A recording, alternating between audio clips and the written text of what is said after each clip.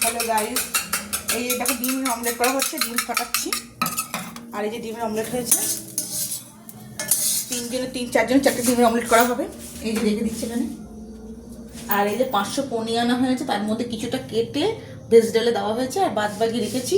এটা বাটার পনির করব, আর কিছুটা একটু ভাবছি ইচ্ছা আছে মাখা সন্দেশ বানাবো। আর এই যে ভেজ ডাল, এই দেখো পনির, সব পনির, বিনস, গাজর, ক্যাপসিকাম, পনির, ঘি, তারপরে গরম মশলা দিয়ে এটা করছি। কাজু বাদাম আর কিশমিশটা বাদ দিয়েছি, ওটা অ্যাড করিনি।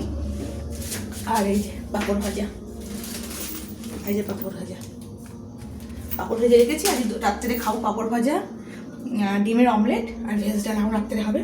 আর কালকে করেছিলাম এই যে ঘুগনি রয়েছে, সবাই মিলে খাওয়া হয়েছে, ঘুগনি রয়েছে। আর ভাতটা এই কড়াই আছে, রাত্রে আর ভাত বসাবো না,